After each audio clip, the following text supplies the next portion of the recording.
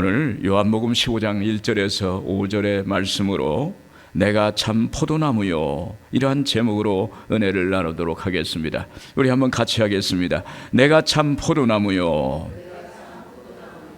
네.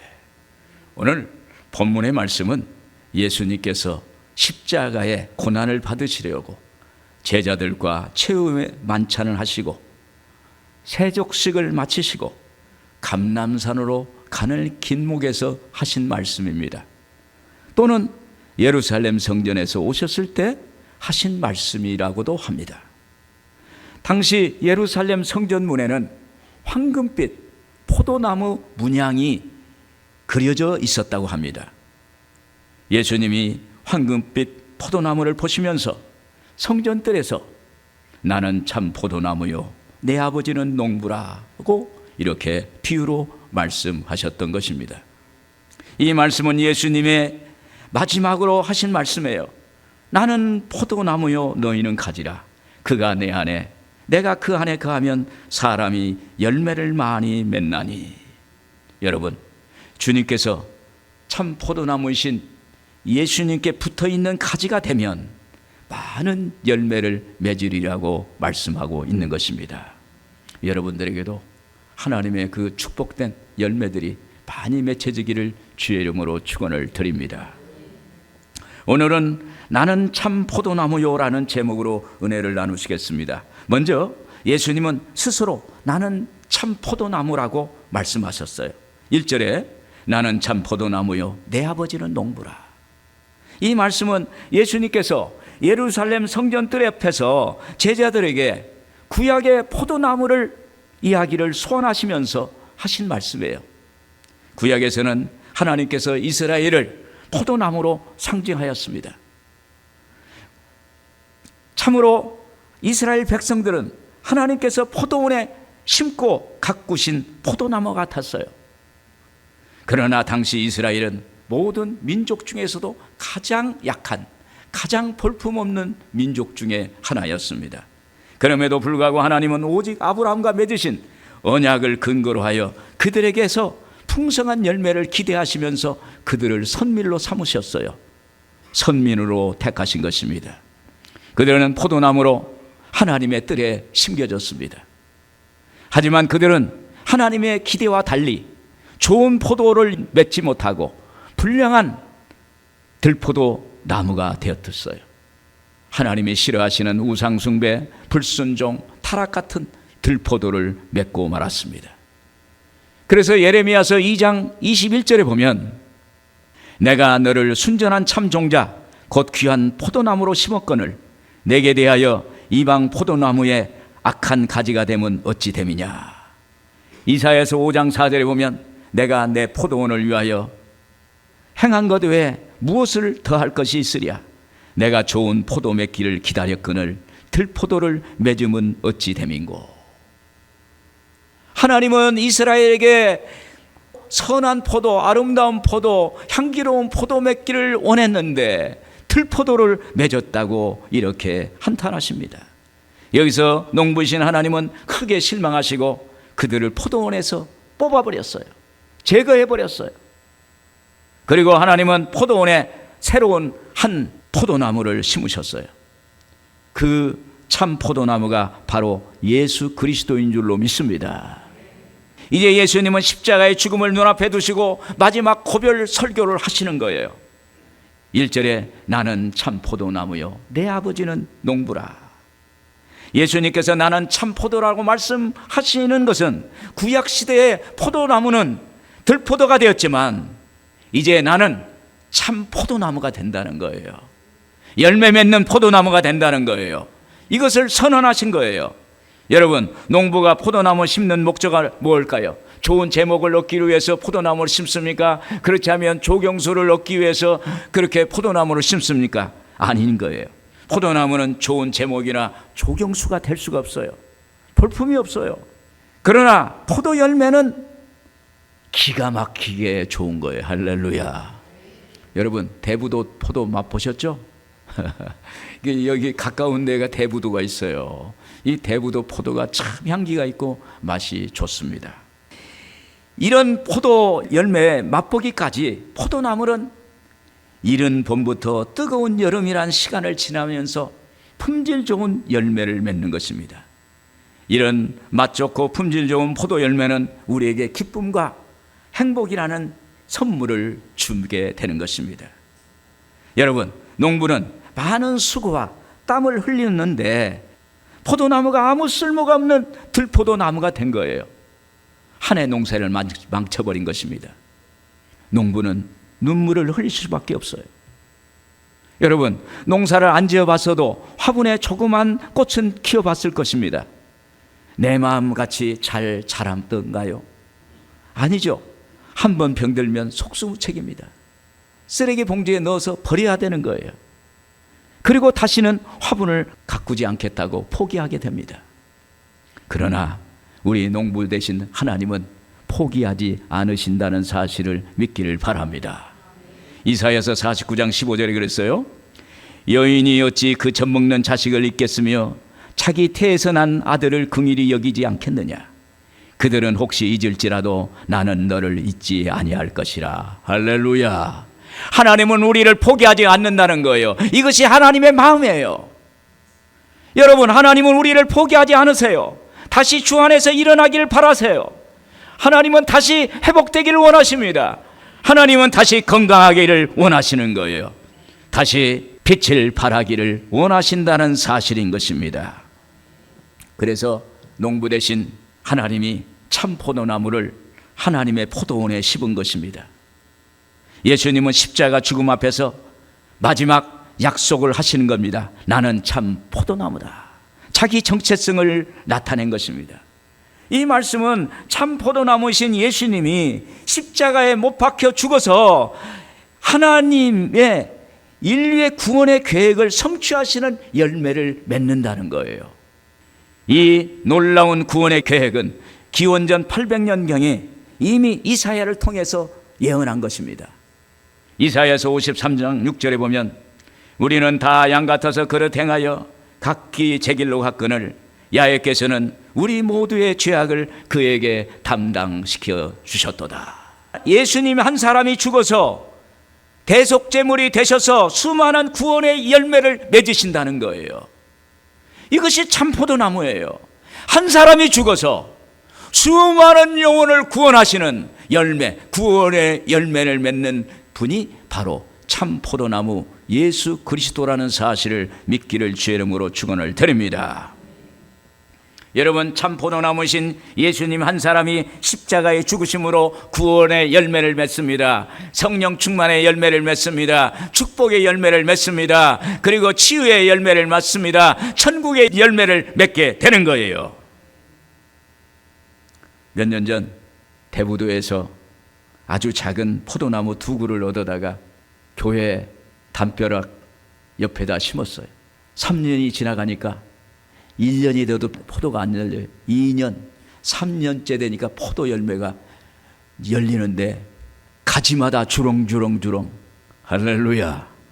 그 조그마한 그 바늘구멍만한 그런 것이 커져가지고 포도송이가 큰 포도송이가 되는 거예요. 그런데 향기가 나는데 그 향기가 온 동네를 진동하는 거예요. 그래서 교회 옆에 지나가는 그 사람들이 이렇게 보는 거예요. 아, 포도나무가 저기 있구나. 할렐루야. 이와 같이 참 포도나무신 예수 그리스도를 믿으면 십자가의 사랑의 열매가 맺혀지게 될 줄로 믿습니다. 여러분, 참 포도나무 예수님의 믿음을 통해서 하늘의 복이 여러분들에게 주렁주렁 맺혀지는 역사가 있게 될 줄로 믿습니다. 그리고 참 포도나무가 심겨진 포도원은 농부이신 하나님이 직접 가꾸시는 거예요. 2절 우리 한번 같이 읽겠습니다. 물은 내게 붙어 있어 열매를 맺지 아니하는 가지는 아버지께서 그것을 제거해 버리시고 물은 열매를 맺는 가지는 더 열매를 맺게 하려 하여 그것을 깨끗하게 하시느니라. 참 포도나무와 가지는 포도원의 주인 되신 하나님께서 관리하시고 보호해 주시는 일을 하세요. 포도원에는 농사 짓는 법칙이 있어요. 농사 짓는 그 원칙이 있어요.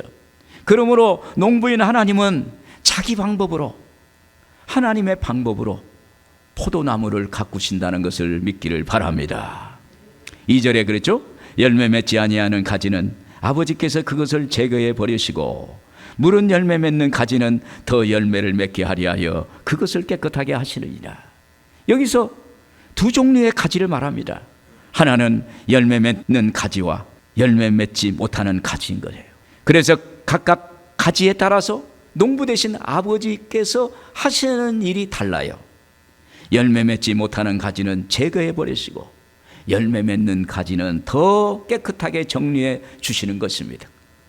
중동 지방에서는 포도나무를 봄, 가을로 2번 가지치기를 한답니다. 꽃이 피는 개화기인 봄엔 순끝을 잘라서 꽃이 너무 빨리 자라지 못하도록 하고 또 일부 꽃이나 꽃송이를 제거해서 남은 가지에 더 많고 더 당도가 높은 열매를 맺게 한답니다. 가을엔 포도 수확을 마친 후에는 내년에 열매 맺을 가망이 없는 가지는 미리 다 제거해 버린다는 거예요. 이렇듯 농부이신 하나님이 포도나무의 가지를 관리하시고 보호하시면 때에 많은 열매가 맺혀지는 거예요. 할렐루야. 여러분, 신앙생활을 하는데 열매 맺는 것을 방해하는 것이 뭘까요? 그것은 죄의 문제입니다. 죄를 해결해야 돼요. 요한일서 1장 9절에 이렇게 말합니다. 만일 우리가 우리 죄를 자백하면 그는 미쁘시고 의로우사 우리 죄를 사하시며 우리를 모든 불의에서 깨끗하게 하실 것이요. 여러분, 우리가 죄를 회개합니다. 우리 인생을 살다 보면 죄를 짓잖아요. 눈으로 짓고 마음으로 짓고 생각으로 짓고 죄를 많이 짓고 살아요. 그런데 우리가 예수 믿고 살 수 있는 것은 뭐냐면 우리 예수님께 죄를 고백하면 저는 미쁘시고 의로우사 우리의 죄를 사해 주신다는 거예요. 용서해 주신다는 거예요. 그래서 우리 하나님께 우리 죄를 회개하고 고백하면 하나님과 나와의 막힌 담이 무너지는 거예요. 하나님과 나와의 막혀있는 장애물이 사라지는 거예요. 그래서 하나님의 복을 받게 되는 줄로 믿습니다. 하나님의 은혜가 나타나고 하나님의 기적이 나타나고 하나님의 축복이 임하게 될 줄로 믿습니다. 또 중요한 것은 말씀대로 살지 않는 것입니다. 말씀은 우리에게 능력과 생명을 주세요. 요한복음 8장 12절에 우리 한번 같이 읽겠습니다. 예수께서 또 말씀하여 이르시되 나는 세상의 빛이니 나를 따르는 자는 어둠에 다니지 않고 생명의 빛을 얻으리라.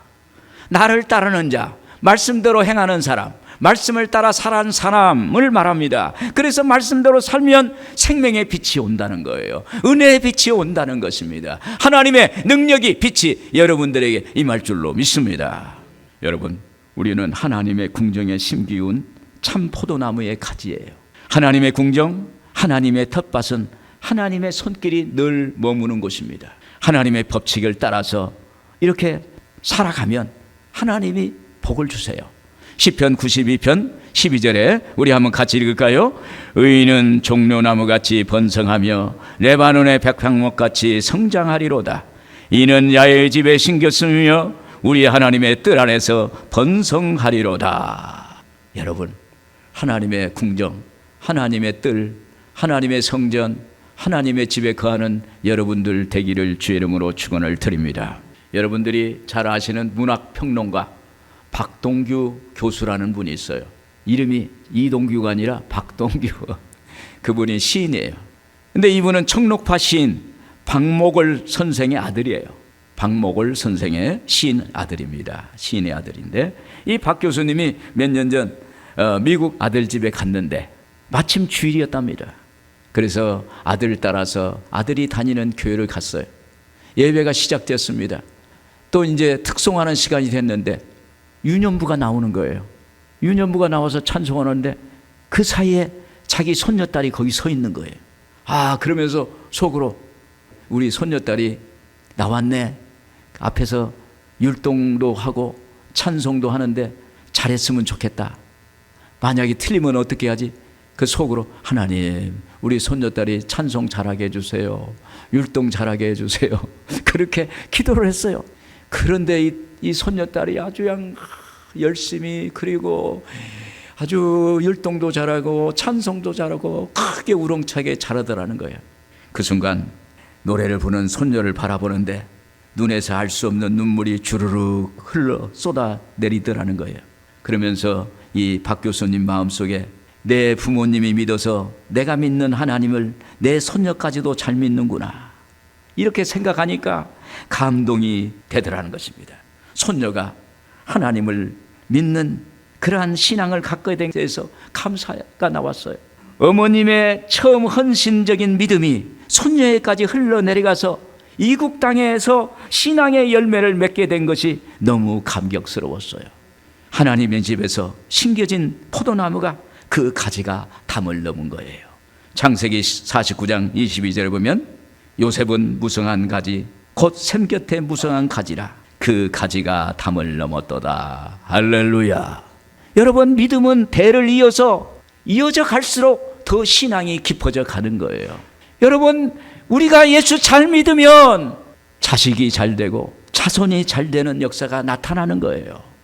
그래서 이 자손이 하나님을 찬양하고 예배를 드리고 하나님께 기도하고 하나님 앞에서 서는 그 모습을 볼 때 얼마나 감격스럽겠어요. 내가 믿는 하나님을 내 자녀들, 내 자손이 믿는구나. 여러분, 하나님의 집에 거하십시오. 하나님이 도와주시고 하나님이 많은 열매를 맺게 해 주실 것입니다. 여러분들의 가정에 자녀들의 복을 주실 것입니다. 여러분들의 삶이 형통의 복으로 채워주실 것입니다. 여러분들의 삶이 건강의 복으로 채워주실 줄로 믿습니다. 그래서 오늘 주님 안에서 거하셔서 열매 맺는 삶이 되기를 주의 이름으로 축원을 드립니다. 끝으로 포도가지는 참 포도나무에 꼭 붙어 있어야 합니다. 4절 5절 우리 같이 한번 읽을까요? 내 안에 거하라 나도 너희 안에 거하리라. 가지가 포도나무에 붙어 있지 아니하면 스스로 열매를 맺을 수 없음 같이 너희도 내 안에 있지 아니하면 그러하리라. 나는 포도나무요 너희는 가지라. 그가 내 안에 내가 그 안에 거하면 사람이 열매를 많이 맺나니 나를 떠나서는 너희가 아무것도 할 수 없음이라. 나는 포도나무요 라고 하시는 것은 포도나무 자체가 포도 열매를 맺게 하는 능력의 근원이라는 거예요. 그렇기에 4절에 내 안에 거하라 나도 너희 안에 거하리라. 가지가 포도나무에 붙어 있으면 많은 열매를 맺는다는 거예요. 포도나무에 가진 그리스도인은 능력의 근원 되시는 예수 그리스도 포도나무에 붙어 있어야 돼요. 그리스도인은 그리스도께 속한 사람이에요. 헬라어로 크리스티아노스라고 합니다. 크리스티아노스. 이제 더 이상 내 인생은 내 것이 아니라 그리스도께서 속해서 그리스도께 속한 그리스도인이라는 것입니다. 할렐루야. 달리 말하면 능력의 근원 되신 예수님께 붙어 있으라. 그리하면 하나님의 능력으로 살고 하나님의 열매가 맺힐 것이라고 약속하신 것입니다. 로마서 11장 18절에 그랬습니다. 그 가지들을 향하여 자랑하지 말라. 자랑할지라도 내가 뿌리를 보존하는 것이 아니요 뿌리가 너를 보존하는 것이니라. 여러분, 우리의 신앙의 뿌리 참 포도나무 대신 예수님께 붙어 있기를 주의 이름으로 축원을 드립니다. 예수님께 붙어 있는 거예요. 그러면 열매가 넘쳐나게 됩니다. 저는 청년 때 폐결핵을 알았습니다. 4년의 투병생활을 했어요. 예전에 70년대는 폐결핵은 지금의 암병과 같았어요. 폐결핵 걸리면 죽는 사람도 많았어요. 저는 폐결핵과 늑막염에 걸려서 기침을 한 번 할 때마다 온 몸이 통증으로 도저히 견딜 수 없을 정도로 신음소리가 나고 고통을 그렇게 살았습니다. 그래서 그때 저는 이 죽음과 절망의 늪에서 벗어날 수 있는 길은 오직 예수님밖에 없다고 믿고 예수님께 다가갔어요. 아플 때마다 더 주님께 더 다가갔어요. 그때 저는 저의 생명의 원천이 예수님이라는 것을 알았어요. 예수님은 내 생명의 원천입니다. 예수님은 내 생명의 원천이에요. 이런 고백을 하면서 예수님 저 살려주세요. 하나님 저 고쳐주세요. 저를 살려주세요. 꺼져가는 이 등불을 다시 불을 붙여주세요. 그때 내 생명은 내 것이 아니구나. 하나님의 생명을 기운을 주셔야 사는구나. 그러면서 하나님께 부르짖더니 하나님이 치료해 주셨어요. 하나님이 고쳐주셨어요. 늑막염은 그냥 그 순간에 하나님이 치료해 주셨어요. 물이 사라져버렸어요. 그냥. 그리고 폐병은 4년 동안 투병하면서 그 순간에 4년의 긴 세월이었어요. 청년한테 4년의 긴 4년이라는 건 긴 세월이었는데 그때 더 하나님께 가까이, 그래서 그 믿음이 오늘에까지 온 거예요. 할렐루야. 그래서 저는 갈라디아서 2장 20절에 그런즉 이제는 내가 사는 것이 아니요 오직 내 안에 그리스도께서 사시는 것이라. 내가 사는 것이 아니라 예수님이 내 안에 살고 계셔서, 참 포도나무 예수님이 내 안에 계시니 참 포도나무의 진액, 그 축복의 진액, 건강의 진액, 능력의 진액, 하나님의 기적의 진액이 나에게 올 줄로 믿습니다. 이러한 기도가 된 줄로 믿습니다. 여러분, 우리를 살 수 있는 고 저주에서 벗어나게 할 수 있는 분은 오직 예수 그리스도라는 것을 믿기를 바랍니다. 그때 제가 불렀던 찬송이 찬송가 93장이에요. 제가 한번 불러보겠습니다.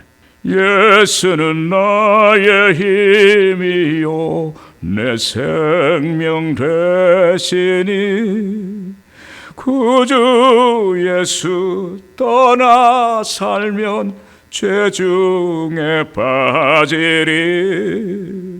눈물이 앞을 가리고 내 맘에 근심 쌓일 때 위로하고 힘주시리 주 예수. 아멘. 예수밖에 없어요. 저는 이 찬송을 수없이 불렀습니다. 예배 중에 찬송가 93장이 찬송이 나오면 내 찬송이구나 그러면서 같이 마음의 눈물을 흘리면서 찬송을 부르고 하나님께 고쳐달라고 치료해달라고 하나님께 부르짖었습니다. 여러분, 예수님은 나는 포도나무요 너희는 가지라고 말씀하십니다. 이 가지는 포도나무에 거하는 것입니다. 4절에 그랬죠? 내 안에 거하라. 5절에 그가 내 안에, 내가 그 안에 거하면 사람이 열매를 많이 맺나니. 여기서 거한다는 것은 헬라어로 메노라고 합니다. 이 말이 여기서 보면 10번 이상 나온 거 보면 이 거한다는 거, 거한다, 거기에 붙어있다 라는 말이 여기에 중심 단어입니다. 우리가 예수님 안에 거한다는 것은 바로 그분과 영적인 사귐을 지속적으로 가지는 것을 의미합니다. 그리고 그분과 영적인 연결을 말하고 영적인 연합을 말해요. 영적인 사귐은 우리가 말씀을 묵상하고 암송하고 말씀대로 살아가는 것입니다. 그리고 예배와 기도를 드리는 것입니다. 이것이 주님과 연결이 되는 거예요. 주님과 연합이 되는 거예요. 오늘 예배 드릴 때 오늘 예수님과 여러분이 연합된 거예요. 오늘 연합될 때 예수님이 참 포도나무의 그 놀라운 그 축복과 능력과 형통의 역사가 여러분들에게 임하게 될 줄로 믿습니다. 그러므로 예수님 믿고 영적 사귐을 갖는 성도는 반드시 그의 삶 속에 예수가 나타나게 되는 거예요.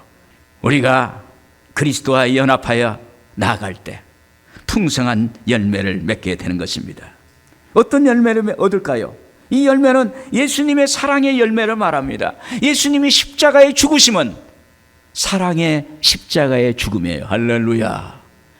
자기 몸을 아끼지 않고 우리를 구원하시기 위해서, 우리 인류를 구원하시기 위해서 죄 없으신 예수 그리스도가 그 한 사람이 죽으심으로 온 인류를 구하시는 그 하나님의 그 한없고 끝없고 그 뜨거운 사랑이 오늘 예수님과 거하면 그 사랑이 우리에게 열매로 다가오게 될 줄로 믿습니다.